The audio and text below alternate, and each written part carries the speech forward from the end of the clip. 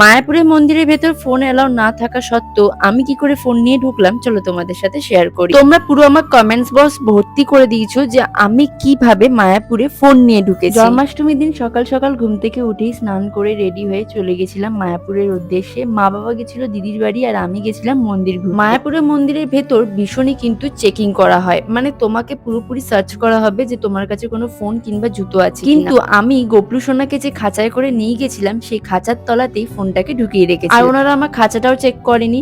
যাই হোক, মন্দিরের ভেতর ঢুকে ভগবানের ভালো মতো করে দর্শন করেছি এবং তোমাদেরকেও দর্শন করিয়ে দিলাম। সেখানে খানিকক্ষণ সময় কাটানোর পর আবারও নৌকা ঘাট পারাপার করে চলে এসেছিলাম দিদির বাড়িতে। যা মাত্র দেখি সেখানে দুপুরে রান্না বান্না করা হচ্ছে এবং দিদির বাড়িতেও ছিল পুজো, তাই সেই উদ্দেশ্যেই আমরা গেছিলাম নবদ্বীপ। তারপর দুপুরের মধ্যে খাবার দাবার খেয়ে আজকে সন্ধ্যের মধ্যে বাড়ি ফেরবার কথা আছে, কিন্তু মারাত্মক পরিমাণে ওখানে বৃষ্টি হচ্ছিল, তাই বিকেল বিকেল করে বেরিয়ে বাড়ি চলে এসেছি আর এইভাবেই গোটা দিনটা কাটিয়েছি।